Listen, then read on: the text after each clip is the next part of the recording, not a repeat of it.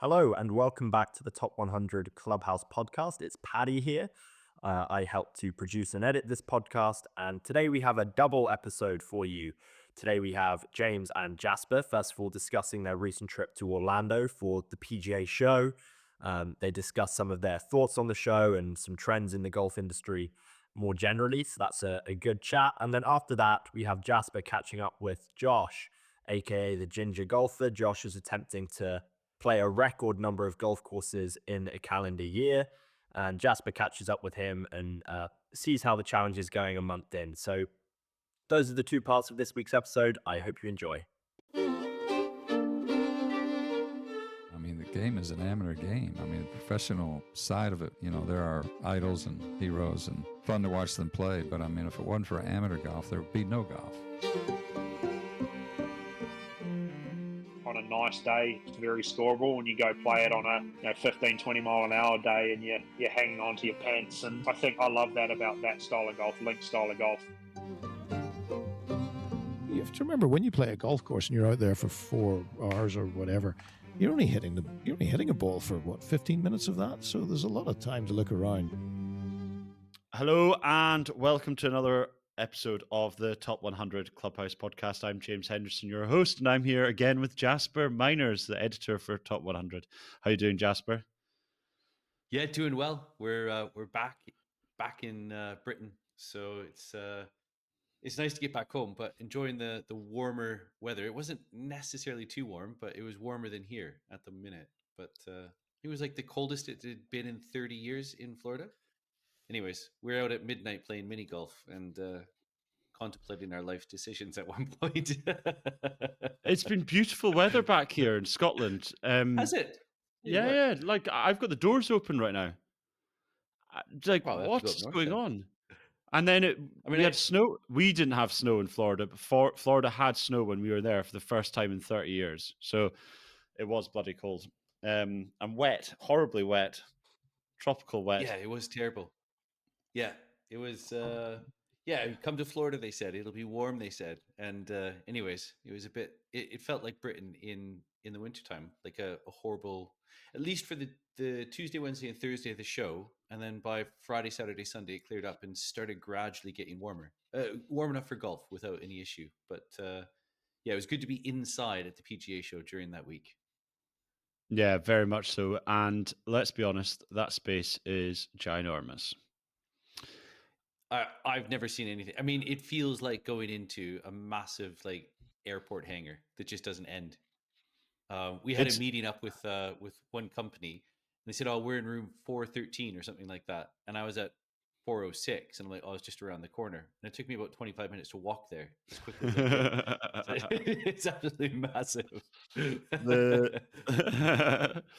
The thing that shows the massiveness for me is the fact that it starts the furthest left-hand side. It starts at 1,000, and every 10 yards has a sign. Is it 10 yards? 50 yards. Anyway, 10 yards. I think it is 10 yards. It has a sign, so you can find out where all the different items are. And still, in that 10 yards, you've got about 40 different things.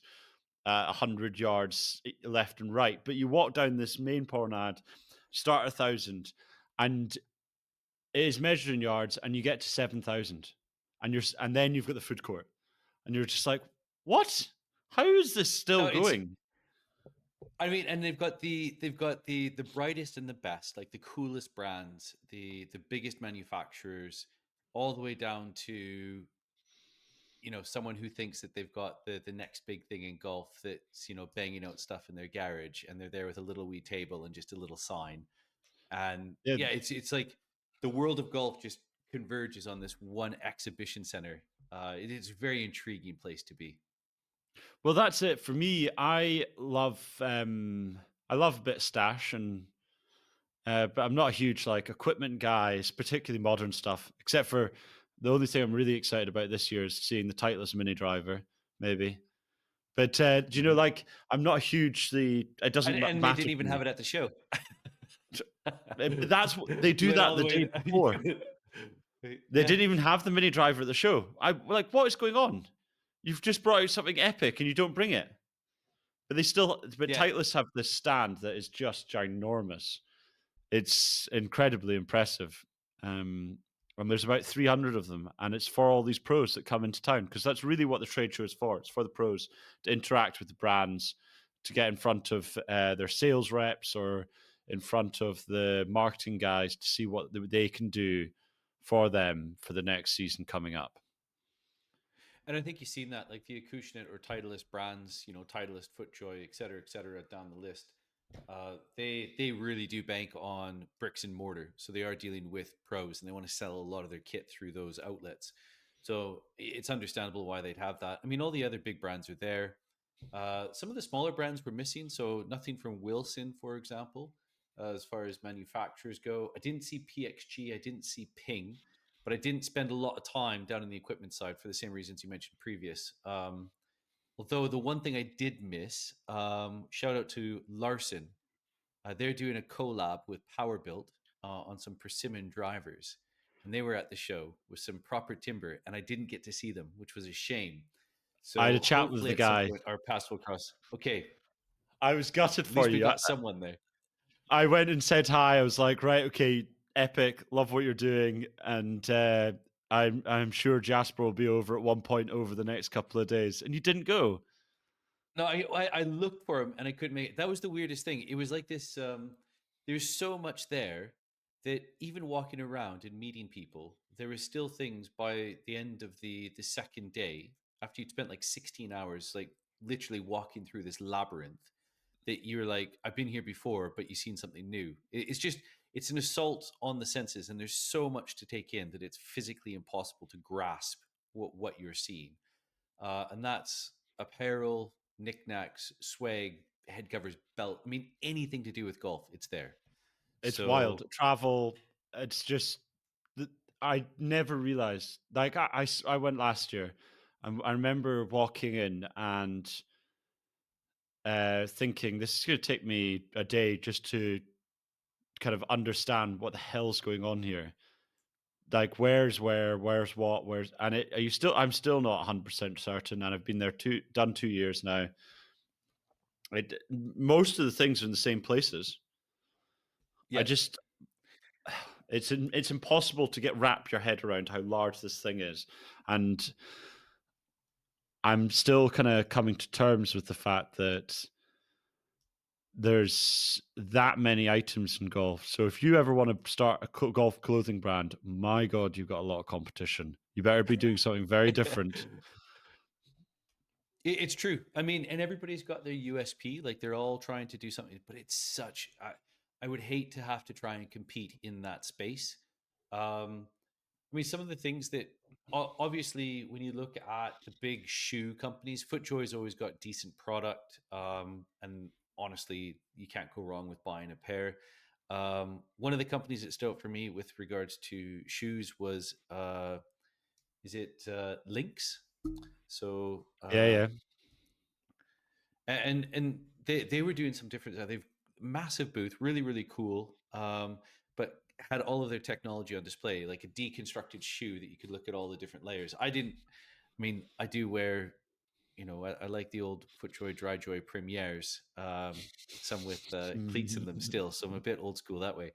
But the carbon fiber wood or carbon fiber foot plate and all sorts of interesting stuff. But doing Well, something different, and that G4 was weren't good. there. Exactly, yeah. Peter Millar, nowhere to be seen. Holderness and Bourne was there. These are You'd huge expect them to companies. be. Dunning. And It's odd no, how no, some of the big G4, ones aren't there, and then other ones have. yeah. The fact that they're not there, I can't get Yeah, over. Sorry, that it just came to my when you're talking about the shoes. What do you think? I think the toughest award to hand out in the whole of the show would be for the companies doing the best patent polos.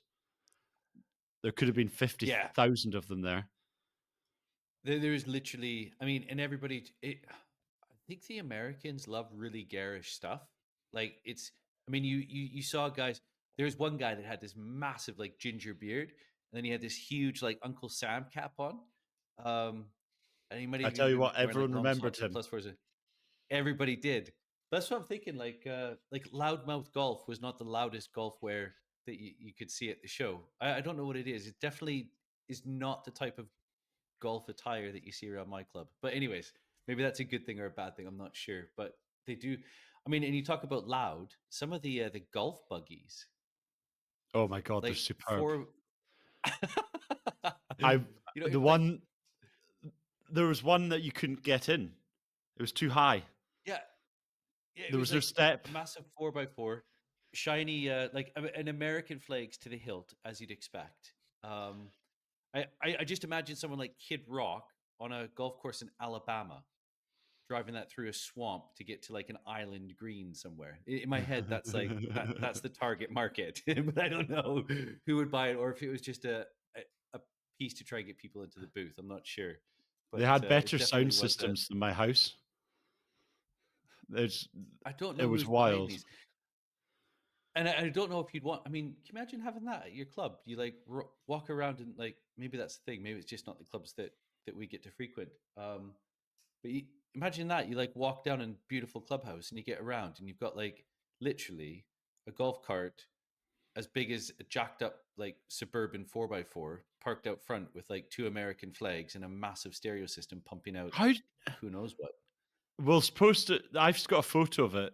We'll post it on the socials. But I really want to know how you get on it. Is there a button that That's, lowers it? There's no step. no, Like I, I would I struggle didn't get to it grab either. hold. Like there must be. It must lower down to the ground and then go back up when you get on it. Yeah, it was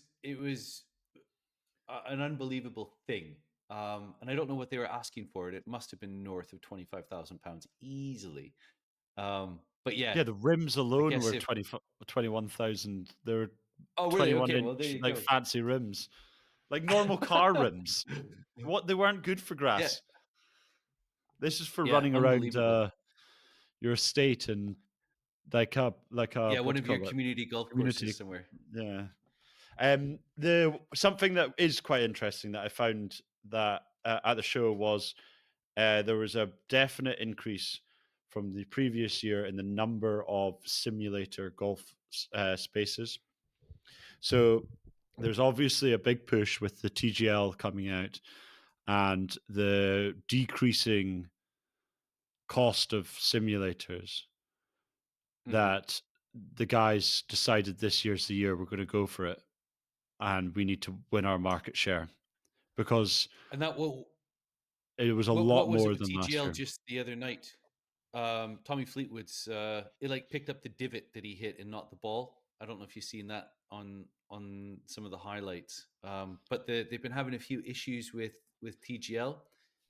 It's a bit of a tricky situation because one of Tiger's sponsors is the technology that they're using to track, and they've had a few hiccups along the way. To be fair, it could have happened with anyone, anyone's technology. But reading between the lines and listening to some of the people that know what they're on about in that space, my golf spy has been doing quite a lot about it. If you into equipment, that's quite a good one to listen to. But then also James down at Urban Golf, he's been in that space for many many years, and he's very very clever when it comes to basically the difference between using cameras and radar. And one of the issues that a lot of the radar based stuff is having is that they're taking a good guess with algorithms to get ball flight data, but not necessarily knowing exactly what's going on. So Tommy Fleetwood, I think, had a bit of a clanger the other night. They were thinking like Tiger hit a shot and went past the green and rinsed it, which was quite uncharacteristic. And it was like a 120-yard pitch, which you think Tiger, even on a bad day, would be able to dial that in. So yeah, it's interesting. They're definitely getting some anomalies, but Yeah, if yeah, you don't fly greens like that with a club that your 120-yard club. no, and he flew it by like 10 or 15 yards or something like that. Yeah, Like yeah, it just you're it didn't not. bounce and like Well, that's it. You're not adding 20% to that club. no. So yeah, it'd be interesting to see. I mean, Obviously, there's a lot of entry level stuff that does quite well. I have a Flight Scope Mevo Plus, I think it's called. Well, that's rather And modern for again, you, Jasper. no, it is. Yeah, I mean, I used to do it when I was doing a bit of club fitting. Oh, yeah, of And course. if I went to a range, they would, if it didn't have TrackMan or whatever, or they didn't have a GC quad, then it was just something that was like in that entry point. I use it for, well, see, I should use it. I haven't used it for a while, but basically use it for club head speed and that type of thing. But the graphics are quite good. If you had a little net in your garage or something like that, just have a bit of a flutter with, then that would be good. It would be more than adequate. And I think the price point is near enough. I think it's about £1,000.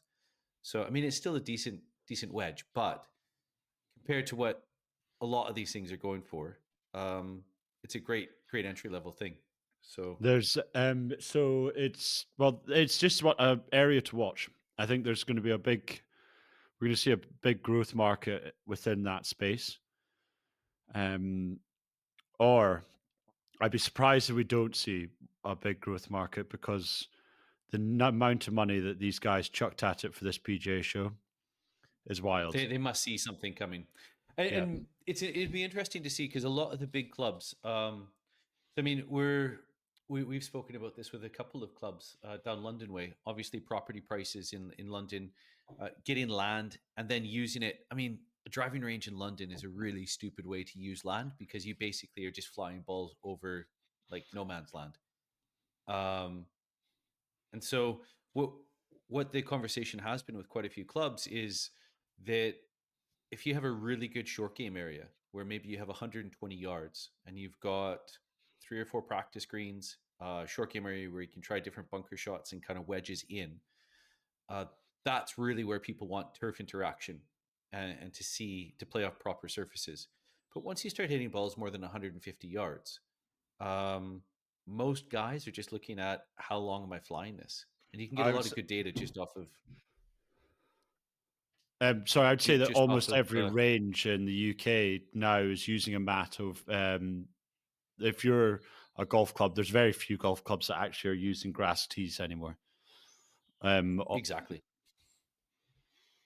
So, I mean, if that's the case, then you might as well just have a screen in front of you and get all of your data. We do it really poorly. And the other thing too is that I like about that is that you can bring your own sleeve of balls in. You can hit your balls with your clubs, and you can actually get your distances. Where if you go to a driving range, you're using like, you know, rubbish golf balls most of the part that are totally beaten up, and you're not um, getting any proper distance off them, and the spin rates are probably off the charts. yeah, but Jasper, let's be honest. I don't want to be putting smiles and scuffs in my balls. Need to get Oh, those out of the that's way well, yeah. early with someone else's balls, so then I Someone can else, yeah. keep Well, my maybe that's the brand reason. new Pro V's that I just bought from the pro shop that I'm going to shank straight off the first tee into someone else's Let's garden. think. So I just play in the group behind you and pick up your ones. So, so No, no, I you're agree right. with you. I think we will see a lot more of that type of golf, and I think not even just in people's houses and homes, but I think even at golf clubs, I wouldn't be surprised if we start to see a proliferation of that type, especially in the UK when the weather's so rancid so much of the year. Well, I had a meeting with the guy from TrackMan not long ago, a few days ago, and I was chatting to him about something random. But he was telling me in Bathgate area, so that West Lothian, where it's quite wet area, but they have a lot of golfers and a lot of golf clubs, but there's no sand, you know. Mhm. Almost all the clubs now have them. They Yep. almost all have them, and it's actually for them. It's winter membership retention more than anything else. And that's the thing. If you have a decent setup and you have 3 or 4, and everybody's like, kind of there interacting with each other within their own little bay, but then also, I mean, it's a great place for F&B as well. Um, Yeah. if you show up at a club and it's just absolutely drenched, you can go in there, still spend a couple of hours, you still have a meal, you still have drinks, and it keeps people engaged with the club. So it'll be interesting to see. I think TGL has almost legitimized it within kind of a month or two that if the PGA Tour guys can, use them and more or less they're fairly good, like lesser players should be able to benefit from them too. And I mean, you look at somewhere like Korea, like I forget what it is, but like there's golfers in Korea like that play weekly that have never stepped foot on a proper golf course. It Something is like literally a virtual golf 85% club. of all golf is played indoors. I think it's Yeah, it's mad. 85%. It could be 90. But it's wild So numbers. yeah, vast majority. So I mean, I don't think that's a good thing. If you have the ability to enjoy playing proper golf, fine. But I think maybe in Asia, I think it's tremendously expensive to be a member and to golf. So if you can enjoy the game in that format, then why not? It just shows how good golf really is, isn't it? I mean, the fact that you can play it indoors and outdoors, virtually and otherwise, and you still like an amazing game to play. And you can You think- play over different quality of levels in the same match. So you can't have Rafa Nadal playing me at tennis because You'd absolutely wipe the floor with them. I'd give him a schooling if schooling in how bad people can be at tennis. How to double serve every single time. No one's talks about the fact that if you're a beginner at tennis, it's so hard to serve. It's so hard. You You have to do those underhand ones. Yeah, just like, oh god, just dob it over, and then you're just getting pummeled. Bam, right, whatever. It's that. I think that's a big thing for tennis. Once you can get your second serve decent, you're fine. But if you're Then you're away. you're. But my god, it's so hard to get to that point. It's a bit like golf. It's the same thing. If you can't get a drive 200 yards in the fairway or 150 yards in the fairway, you're pretty screwed. Yeah, absolutely. Yeah, there's a handful of courses where you can play if you can't do that, mostly in Scotland. But yeah, golf. I mean, golf can be difficult. That's one thing I think I've seen too is that for a lot of people, having technology in their bag is an advantage, and it helps weaker players play better golf longer, or at least enjoy golf more. Um, it's just a shame That's that they haven't figured out. I mean, it's interesting too. Just when we're talking about Rory's success, I mean, he was what 17 yards longer at Pebble Beach than the next longest guy, and he went back to a ball from 2019. Um, like as much as the RNA is doing to try and rein this in, and the USGA, they've still got an uphill battle on their hands to try and get this figured out. for the pros. I actually don't really care anymore. I've kind of come to terms with the fact that whatever. But the issue you have is when it comes to the amateur game, you've got a bunch of old boys who need it. You know, I love playing golf with old Yeah. men, and Mm-hmm. I do it far too much. And they are hitting the ball further than they've ever hit it in their 50s, 60s, 70s. You know, maybe not 70s, but and they're getting a new lease of life in golf. They feel like they can take on what they used to be able to take on, and it's helped them a lot. But when you have a guy who can hit it as far as Rory, may spray the ball a bit, coming into a club competition, you start to question where's fairness? How far can these Exactly. guys be allowed to hit it? And because at And the end of the that's day, the the pro game doesn't matter. I like for me if they go around St Andrews at 30 under because they're driving every green, it could be quite fun to watch. Like, who cares yeah. about par? Par's irrelevant at the end of the day. It doesn't actually matter to anyone, unless you're very egotistical and self-centered. It's all that matters. You're the only people that par matters to. It's I think that's where, Mike Clayton said before that the old course should be the bar. If you can't hit the shots that the old course is asking you to hit, or the course is made irrelevant because of equipment, that should be that, like, the line that's drawn. Yeah, So imagine what happens if I mean, now they're driving 18. Everybody bombs it up there and tries to hit the green. And I've to hit the be green. honest, a lot of the tour guys, Yeah, they don't hit driver anymore. They hit 3-wood or 5-wood Yeah. because it still gets there. Yeah, but there's videos of Jack Nicklaus doing 3-wood, driving with 3-wood back in the day with a And that's the thing. I mean, Hickory. agronomy Oh, does nice. make a Yeah. big difference with persimmons. Persimmons. Yeah. So, and I guess that's the point, though. Is I mean, what's interesting is like you go back to longnose or like gutta days, even with the Haskell, like 17 played as a par 5, so you hit it to the corner, and I believe it's Cheaps that's on the corner, but the worst player that plays St Andrews every day of the week does not take that line off 17T. They still try and go over the corner of the hotel. Where when you read some of Colt's writings about the old course, played as a par 5, the first shot was how close do you get it to the corner of the hotel, which even the worst players now just bomb it over. Yeah. And then you would play a second shot to try and get as close as you could to the out of bounds on the right. And then you would go up the gut of the green for your third one. So it was a proper like 3-shot par 5. And now it won't be too long before, could Rory have a go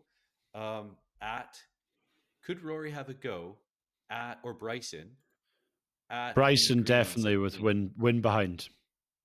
If you're getting Could that actually go for it. westerly wind, they would definitely have a chance. And you just think to yourself, like, are we losing something in the game when? Okay, I know that is the top 2 players as far as distance goes in the professional game. So there's 2 people on the planet that can hit it like them in a proper round of golf. But you do have to ask yourself, like, is that where we want it to go? Because actually, like, it's exactly what Clayt says. You know, in the next generation, it's not going to be 2, it's going to be 10, and then 10 years from now, it's going to be 100, and then all of a sudden, like, it's completely irrelevant. So I've just brought up St. Andrews. So playing off the tee that's on now the practice range, as the crow flies, it's still 488 to get home on 17. That being said, though, But a that's lot not of the these direct guys, line, right? that is direct line. Okay, so of course, because the tees in the practice is across the road. It's technically they move up start to OB. So if Yeah, you start exactly. OB, then surely they're not allowed to continue anyway. Well, and that's the thing. The old course at the minute is not even played on the old course because you tee off OB, which is across the road, so you're on the practice ground, and then they also use Himalayas on the second. They tee off basically on the ladies' putting course. So I mean, the point being, if you played from the regular tees, it would be just under 400 yards.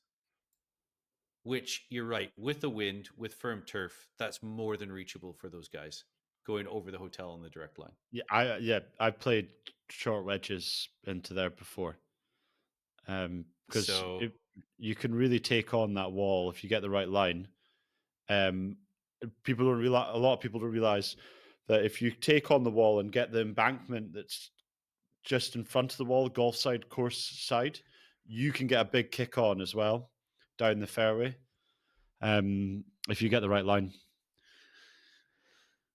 amazing. I don't know how we ended up on this. Well, I know how we did, but it's always great to see how golf comes back to the old course. Yeah, it's an amazing thing. We were just talking about the second shot today. Simon Barrington, who's a friend of Top 100, did a couple of podcasts with Cookie Jar about James Braid and how James Braid basically was hitting shots coming down 16, 17, 18, or 15 through 18, taking on shots to secure his open that like no one would even attempt today, including hitting 2 shots or 3 shots off the railway line that was there at the time. So yeah, an amazing story. And I was able to find a photo of the shot on 16 that he hit. But yeah, in an amazing place, the old course, and hopefully with everything we've seen at the show, we hope that as amazing as technology is and equipment is, that at some point they figure out what to do and how to do it. It's a very tough question because you're majority of people, 99% of golfers aren't doing anything near blowing up the Nope. old course. No, exactly. It's 1%, and of that 1%, it's 0.001% that are actually hitting the ball straight. Exactly. Yeah. Do you know, like it's not it's pretty wild. Anyway, final So here's thoughts the on question PGA then. Show? Okay, Yeah, I was what? going to ask you if you could pick one thing, you have carte blanche to walk around the PGA Show and walk away with one item. What would it have been if you could fill your proverbial cart and walk out the front door from the PGA Show? What would you have taken away? I'll tell you what I did get. The only thing I got, I think some people think they go to the trade show and they'll walk out with a bunch of merch. The one thing I got was a pair of pants. Where were the pants? They were in the clothing section, but there's about 3 different companies that were doing pants, like these ultra premium gents pants. So, anyways, that went all the way to Florida, went all the way to PGA Show, and I walked away with a pair of Beneath. They're called BN3TH, I believe it was. But anyways, yeah, pair of pants. I That's know what what I I came. would. It's not what I would have chosen. Go ahead, James. What I would choose is not what I okay. Now you've got me thinking rather than just being like, oh, I like that T-shirt. There was a guy who made bag tags, and there was the Pine Valley members bag tag. That would be quite a good one to have. Chuck that on the bag. Yeah. Yeah. I promise. I've been in for a while. Yeah, absolutely. Yeah. They just put it on my account. Yeah, that would be good. There was did you see there's a clothing brand, and they had some Cypress Point members only logo swag that was in there, and it ends up that one of the owners of the brand is a member at Monterey Peninsula, I believe, and then one of the women that's involved, her father is quite intimately involved at Cypress Point, to the Casey point where some of Reamer. their gear is even in the pro shop. So yeah, I think it's her daughter, or his daughter, sorry, that is doing Head it. pro. So yeah, really cool stuff actually.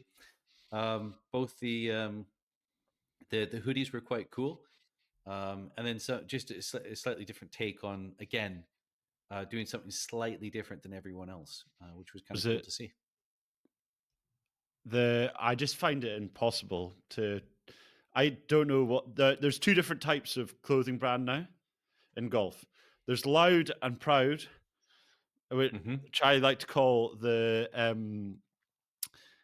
American TPC clothing brand, and then there's absolutely. and then there's the Rhode Island clothing brand, which is super clean. It's always just like a navy, khaki, and like pretty all much that's American it. preppy schoolboy look. Yeah, and like you're surprised it doesn't come with like a yacht club membership. It's that kind of like those are the 2 things, and they're very opposite. They're like, and there's so many of like both of them.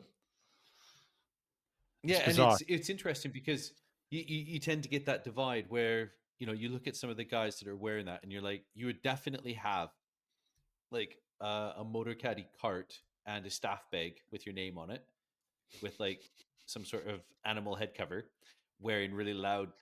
And then the other, like the preppy stuff, you definitely know that they're more of like the Seamus, Dormy Workshop, Mackenzie Bay kind of crowd. So I definitely would kind of see where I aligned there. But yeah, I that's the beautiful thing about golf, though, is that it's a broad church, really. If you want to find it, you'll find it in golf. There's so many different ways to enjoy the game. There's the thing I would want to come away with if I wasn't if I got found out with my members tag at Pine Valley when I was hosting, obviously. I'd probably come away with one of the new no,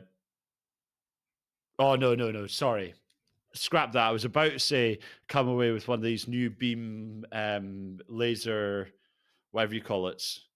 Or like a simulators. putt view or something like that, where it like shines the putting green. Yeah, where the putting green moves when you change, like the putting green alters when you want to change putts and stuff like that, and it sets like tasks something for you. stage. Yeah, I know these Um, ones. Yeah, they are pretty cool. that would be pretty cool. But let's be honest, we're walking away with the ginormous golf cart. It has to be. Yeah, I mean, I think that one, it did win the show. If we're honest, you It's walked in and that was like one of the first things that you saw. You just couldn't forget it. the bloody Definitely. US Open trophy was there, and the Wanamaker were there, and yeah, PGA is the Wanamaker, right? I don't follow pro golf. Anyway, they were both there, and that golf cart had more photographs of it. I swear to God that it Absolutely. must have. Claret Jug was there too. I think they had it in the Visit Scotland stand. Maybe the boys Oh from yeah, Facebook brought theirs over. I'm not sure, but yeah, it was an interesting one. What else was there? I could walk away with something. I really like the Smathers and Branson stuff. The cross stitch yeah, belts. I it's mean, cool. and they had everything. It was interesting though. I mean, golf is a game of honor, and I mean this is the brightest and the best. But they said the amount of swag that gets nicked during that show is just unbelievable. So yeah, it's crazy to think. But maybe people do think that if it's out on the table, it's free to take. I'm not sure, but if someone has like a set of LACC coasters on their desk when you next walk by, then you'll What, these ones? ask where they come from. Oh, you're one of them. But Smatthews and Branson, they had some really cool gear as well. So I think what's interesting, you'll see a lot of this stuff when the shop launches. Look, it's not going to have as much stuff as the PGA Show, but the shop that's launching will have some pretty tasty things on it for Lockhart members, especially, but then also top 100 fans. So, yeah, something to look forward to.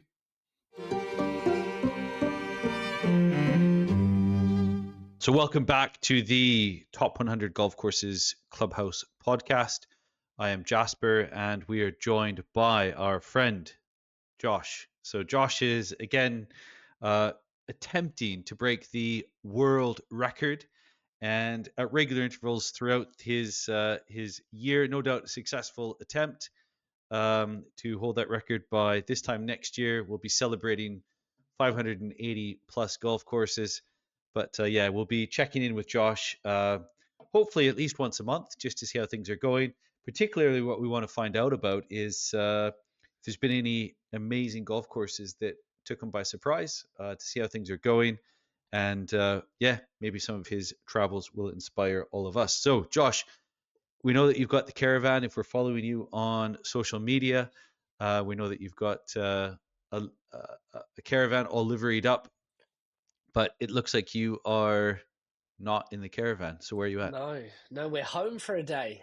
So we kind of started around Lincolnshire, headed over to Nottingham, and kind of adventured a little bit south of that before heading Peterborough way, and then we're now kind of in the realm of where I'm from. So it's been nice to get home. I spent last night here, so I had a very, very good night's sleep. And we're back home again today after just one round today. So we've been recovering from a little bit of a bug, which obviously isn't the best of things when you're playing golf every day, and it probably will take you a little bit longer to recover from it. But it's good to be home. Nice. So when did the world record attempt officially begin? What was day dot? So day dot was the 24th. January the 24th of January. So you've got until January 23rd, 2026. And just remind us again how many golf courses you're attempting. So we're looking at getting over the 580 mark. So 581 is the kind of the tagline. A lot of people think I'm just going to stop there. Obviously, if I get comfortable, and I will try and obviously go for as many as I can. But 581 will be uncharted territory. Very good. And so you're a couple of weeks in. So 24th of Jan, it's the 14th of February, Valentine's Day. Yes. So yeah, very good. So Valentine's Day, what is the update? How many courses over how many days? Where are we at? And most importantly, what have we raised for charity up to this point? So we're actually losing track a little bit. I think it's day 23, day 22, Mm-hmm. 23. We're on 30. I think we're on 34 courses. So we've kind of dotted up and down world record pace as an average. We've been up to about 1.65, 1.7, I think was the highest we got in terms of a daily average. I did a couple of stints of 4 days in a row of 36 holes, which was pretty consuming on the legs by that point. We are I think we've just dotted below. I think 1.59 is the world record pace. I think we're probably on about 1.5 at the moment. But I said to myself, if I could get through the first month, especially this time of year, with a 1.4 average, I'd be over the moon with all the course closures, temporary greens, winter tees, all of that. And then in terms of money, I think we're up to about £2,100 at the moment without checking today. So we Incredible. started strong. Yeah, very good. I mean, it's nice to hear that that things are going so well. Obviously, starting in January in England is a little bit different than starting in August in California, for example. Mm. So that's really good to hear. So we know that following you on Instagram and TikTok, you've been all over the place, really. Um, and Woodall Spa is probably one of the top courses that you've played, and we know that that is a brilliant golf course. You spend a lot of time there. What we're more interested in is some of the golf courses that may have taken you by surprise. So, do you have any top tips for traveling golfers? Yeah, I mean, obviously the ones that are probably going to stand out the most are going to be the kind of the Woodalls, like you said, the Hollandwells, the Coxmoors. I wasn't able to get over to Sherwood because they've got a hole out of play at the moment, Sherwood Forest. But yeah, I mean, there's been a few around the Nottingham area that surprised me. I really liked the back nine of Ramsdale Park. Just kind of blew me away. Really, it was one that I think because it's well known, it has a big TrackMan range there. It's known for being a kind of, I suppose, a golf centre. And I think as soon as people Hmm. hear the word golf centre, that instantly makes them think it's not a good golf course. And Exactly. Why would they need a golf center if they had a great golf course? Yeah, and exactly. I was the shop there. The facilities are very good.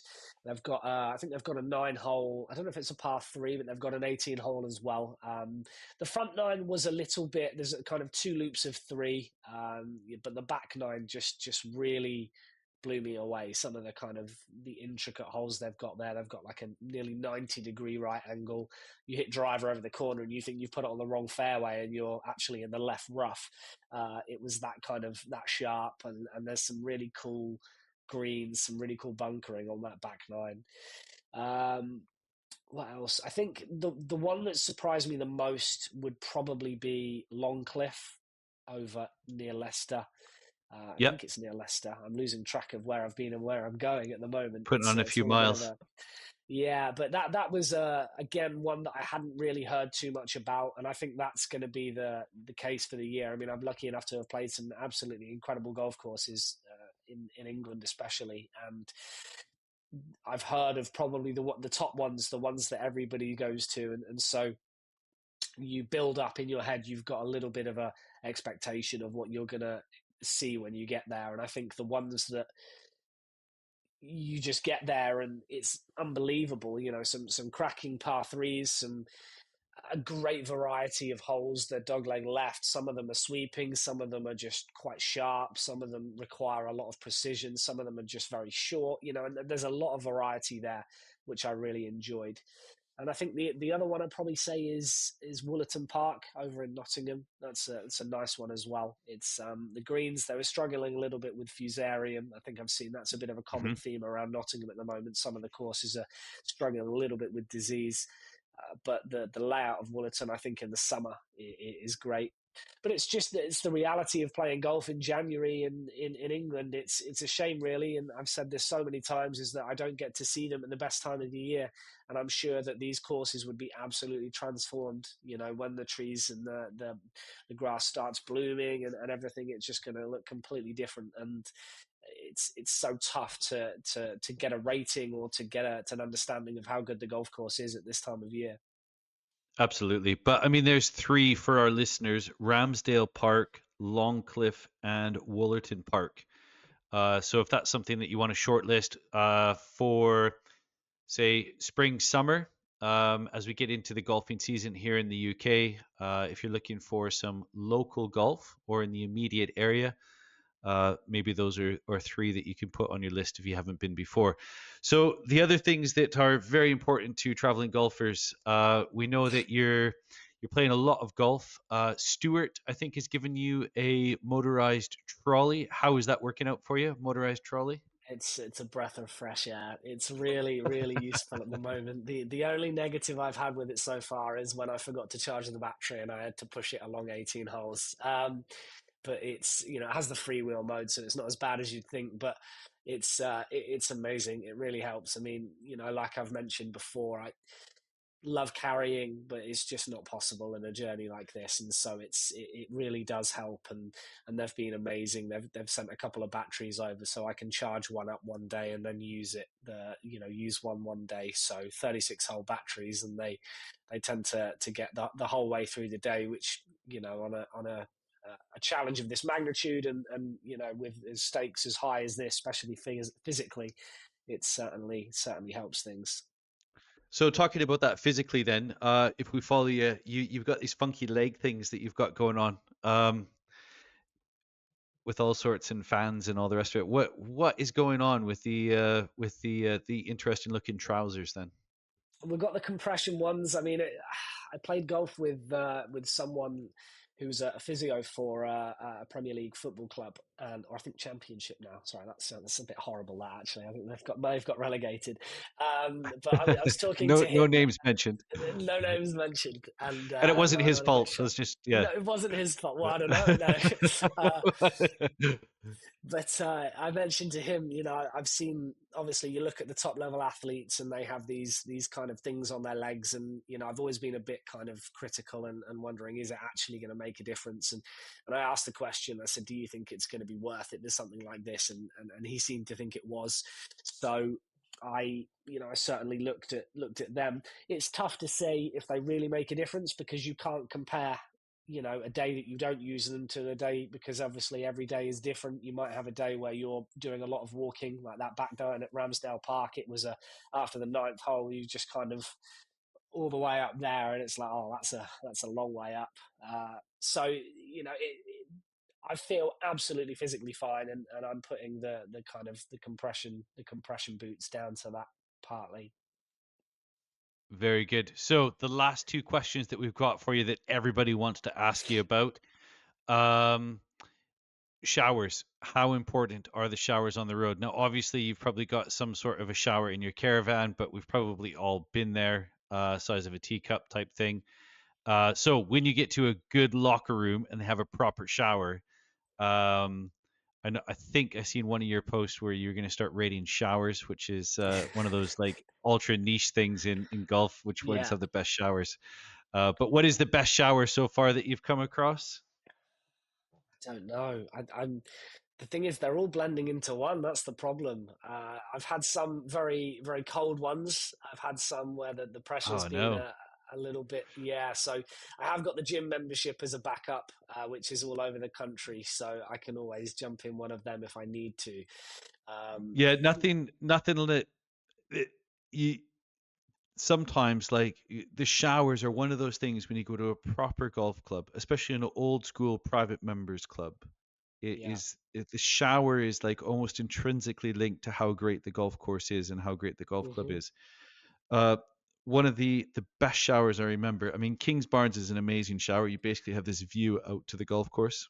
You can see out, but they can't see in, which is quite fortuitous. Handy.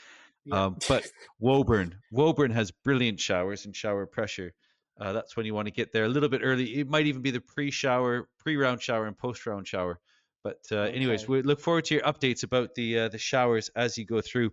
Lastly, best golf course so far for food. Any sandwiches or drinks that stand out at golf clubs, or has it all just been kind of like sandwich and crisps of non-description?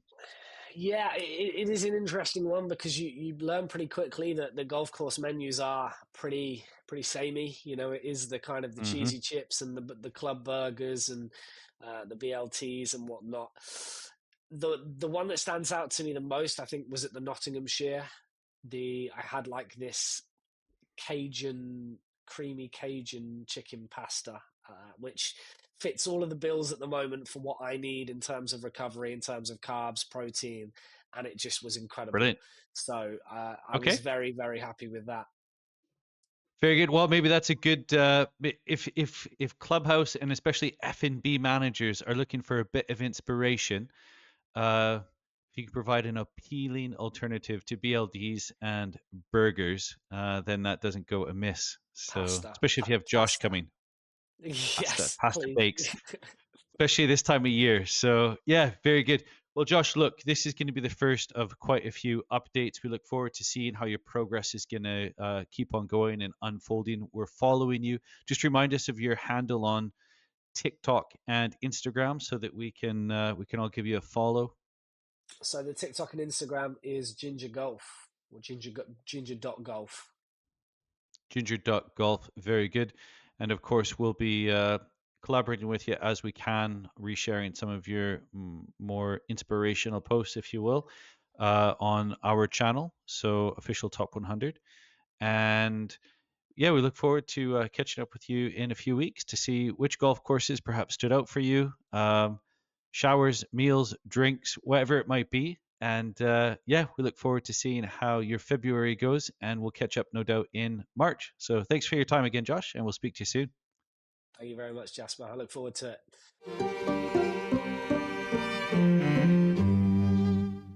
We hope you enjoyed this week's edition of the Top 100 Clubhouse podcast. It was great to catch up with James and discuss what we were able to see and hear and experience in Florida just a few weeks ago. In addition, on that trip, we were able to make it to Stream Song. So we're really looking forward to releasing to you our thoughts about the experiences, not only of staying at the resort, but also of playing the three courses from Gil Hans, Tom Doak, and Coor and Crenshaw. In addition, we're able to experience the Chain, which is a short course, and we'll update you on all of that relatively soon. Keep an eye out on our website as well, top100golfcourses.com. The shop should be opening soon, and you're going to see really cool merch and swag that will be available to all of our users. Shout out as well to Lockhart Travel Club. This is our premier travel club. If you want to tick off bucket list golf destinations or access clubs that you've up to this point not been able to, Lockhart is a wonderful way to do that, in addition to meeting some of the greatest golf guys, golf nerds, golf travel enthusiasts that the world has to offer.